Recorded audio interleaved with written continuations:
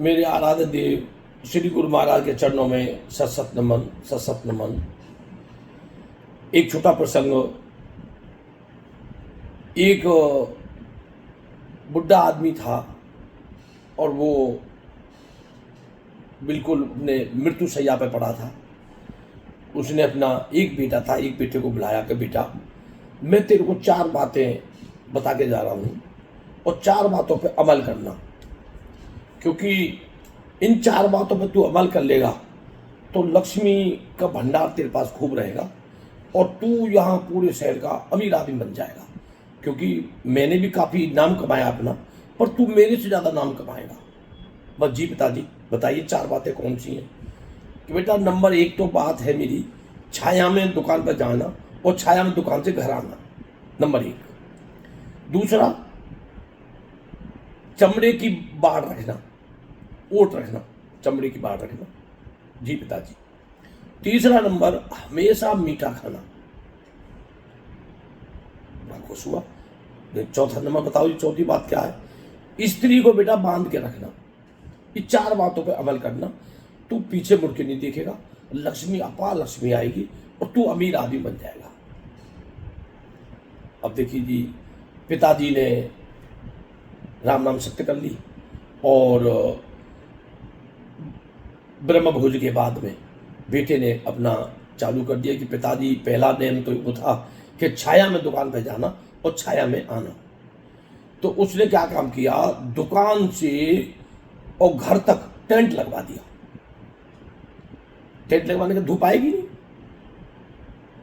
1 बजे जा रहा, 2 बजे जा रहा है, छाया है, छाया में गया और छाया में आ गया।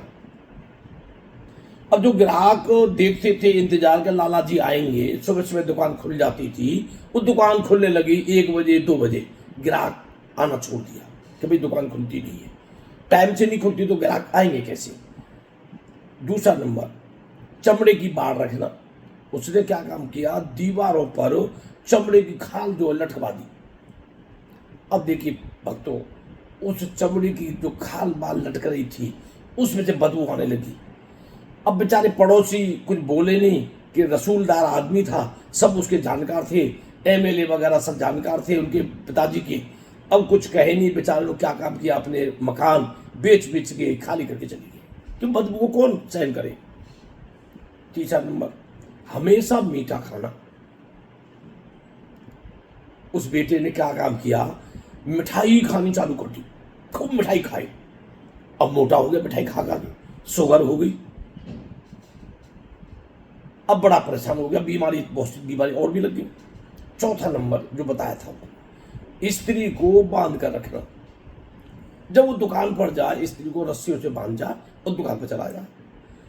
कुछ दिन भक्तों उसने देखा स्त्री ने कि मेरा पति तो बड़ा निर्दयी है, मेरे को बांध कर चला जाता, ना मैं पानी पीने की, ना मैं कुछ खाने पीने की। वो घर छोड़ के चली गई। अब देखिए भक्तों, बिजनेस ठप होता गया, जो बाप की पूंजी थी वो खत्म होने लगी, खेत क्यार थे, जमीन थी, वो सब बिक गई, मकान की नौबत आ गई, बीमारी इतनी बढ़ गई कि मोटा शरीर हो गया। वो पहले 60 किलो का था, वो 150 किलो का हो गया, 90 किलो वजन बढ़ गया। क्योंकि जब मिठाई खाएगा तो वजन तो बढ़ेगा ही। शुगर हो गया, बीपी हो गई, लीवर खराब होने लग गया, किडनी खराब होने लग गई, बीमारी लग गई। स्त्री छोड़ के चली गई। अब उसने सोचा बानी कि क्यों ना मैं गुरुजी को उपाय पूछ के आऊं। जब अंतिम क्षणों में जब सब कुछ बर्बाद हो लेगा, तभी आदमी सोचता है कि कहीं जाऊं, जाके कुछ उपाय पूछता हूं उसकी। अब वहां गुरुजी का पूछा, गुरुजी मैं तो बर्बाद हो लिया, पिताजी मेरे को बर्बाद कर गए। भाई बेटा कैसे। कि पिताजी ने अंतिम क्षणों में मेरे को 4 बातें बताई थी, बेटा 4 बातों पर अमल करना। अब मैंने गुरुजी 4 बातों पर अमल किया। उन बेटा कौन कौन सी बातें हैं। मैं गुरुजी पहले तो उन्होंने कहा कि छाया में घर से जाना और छाया में घर आना। बेटा तूने फिर उपाय क्या किया, कैसे जाता था। मैं गुरुजी मैंने उपाय क्या करना था, मैंने घर से लेके दुकान तक टेंट लगवा दिया। अब छाया में जाता, छाया में आता। मेरे बेटा गलत है, तू 1 बजे जा रहा, 2 बजे जा रहा दुकान पर, ये दुकान का कोई टाइम थोड़ी है। दुकान का समय होता है सूर्य नारायण उदय होने से दुकान खोलना और सूर्य अस्त होने के बाद दुकान से घर आना, ये समय होता बेटा। बोले गुरु जी बात तो ठीक है, चलो ठीक है, इसलिए ग्राहक इधर उधर चले गए होंगे। दूसरा नंबर, चमड़े की बाड़ रखना यानी ओट रखना। तो बेटा फिर तूने क्या उपाय किया इसका? तो दीवारों पे मैंने चमड़े की खाल ले लेके लटकवा दी।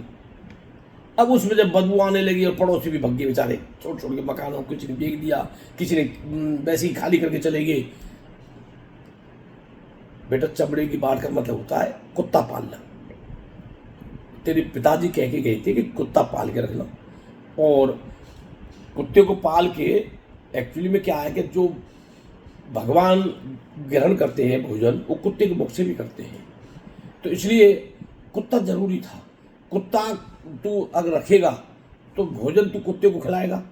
कुत्ता वफादार होता है। कुत्ते से जो शनि की कुदृष्टि होती है वो भी कम हो जाती है, केतु का भी प्रभाव कम हो जाता है, तो इसलिए कुत्ता पालना बहुत जरूरी है। अच्छा ठीक है गुरुजी, ये भी मैं गलत कर रहा था।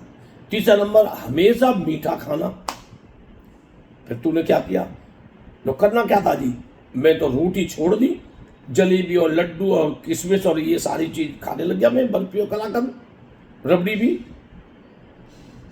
देखो 60 किलो का था, 150 किलो का हूं, बीमारियां लग गई। बेटा हमेशा मीठा खाने का मतलब है कि जब भूख लगे तब रोटी खाना।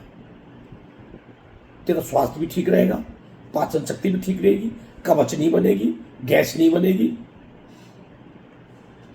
तो गुरु जी फिर तो मैं सारे उल्टी काम करता रहा। मैं चौथा कौन सा था? न बहू को, स्त्री को बांध के रखना। न तूने क्या किया?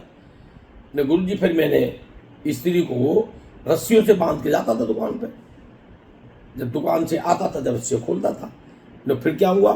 हुआ क्या, महीना भर में ही घर वाली भाग के चली गई अपने मायके। मैं नहीं रहती अब। न बेटा कौन रहेगा? जब तू बंधन ही ऐसा रखेगा, रस्सी का बंधन रखेगा, तो कौन रोकेगा? गुरु जी फिर बताओ क्या करना चाहिए था मेरे को? नो बेटा, स्त्री और पति का एक पवित्र बंधन होता है, उस बंधन को बांध के रखना, उसकी मान मर्यादा को बांध के रखना, स्त्री का मान सम्मान करना, स्त्री पर विश्वास करना, उसका अनादर नहीं करना, उसकी निंदा नहीं करनी, ये होता है बांध के रखना। एक पवित्र बंधन है स्त्री और पति का, तो उसको बांध के रखता। तू तो रस्सियों से बांध के रखता, कौन रुकेगा तेरे घर में? बेटा अभी भी है, एक चांस अभी भी दे रहा हूं मैं तेरे को। जो नियम तेरे पिताजी बता के गए उस नियम को कर, पालन कर उस नियम का। टेंट हटवा दे, और छाया का मतलब सूर्य उदय होने से पहले तू जा दुकान पर, अस्त होने के बाद तू फिर वापस आ, यानी धूप खत्म हो जा बिल्कुल, तब वहां से आ दुकान से। दुकान फिर चल निकलेगी तेरी, चलेगी दुकान, फिर ग्राहक आने लगेंगे। तेरे बाप का रसूख बढ़िया था, असूल बढ़िया था, व्यवहार बढ़िया था, और कुत्ता पाल ले घर में, उसको खाना खिला, वफादार होता कुत्ता। काला कुत्ता मिल जाए तो काला कुत्ता और भी बढ़िया है, बाकी कुत्ता रख ले कोई दिक्कत नहीं है। तीसरा नंबर, हमेशा मीठा खाना, जब भूख लगे तब रोटी खाना, नहीं तो रोटी मत खाना। भूख अच्छी भूख लगे तब रोटी खाना, ठीक है गुरु जी। चौथा नंबर, अपने घरवाली को वहां जा, उसे माफी मांग ले। माफी मांगने में कोई फर्क नहीं पड़ता। अहंकारी माफी नहीं मांगता, जो अहंकार होता है वो माफी नहीं मांगने देता। और माफी कौन मांगता? जो झुकता है वही माफी मांगता है। हमेशा पेड़ जिसमें फल लगे होते हैं वही झुकता है। तो बेटा माफी मांग के घरवाली को घर लिया, फिर देख तू 6 महीने बाद तू फिर से मेरे से मिलना, फिर देखना तेरा बिजनेस कैसा आगे बढ़े, तरक्की करेगा। तो उस बातों को उसने अमल किया, वो सारा कुछ फिर जैसे पिताजी बता के गए तो उस हिसाब से किया। गुरुजी ने डायरेक्शन दी, गुरुजी ने निर्देश दिया, गुरुजी ने उसको आदेश दिया कि इस टाइप से काम कर ले, उस टाइप से काम किया। दिन रात चौक नहीं पड़ गए, पड़ोसी भी खुश हो गए, लोग भाई इसकी कोई बुद्धि पलट गई है, अब तो ठीक हो गया है। बोल श्री गुरु महाराज की जय, श्री गुरु महाराज की जय। जय जय श्री राधे श्याम, जय जय श्री गुरुदेव भगवान, जय श्रीमन नारायण नारायण हरि नारायण।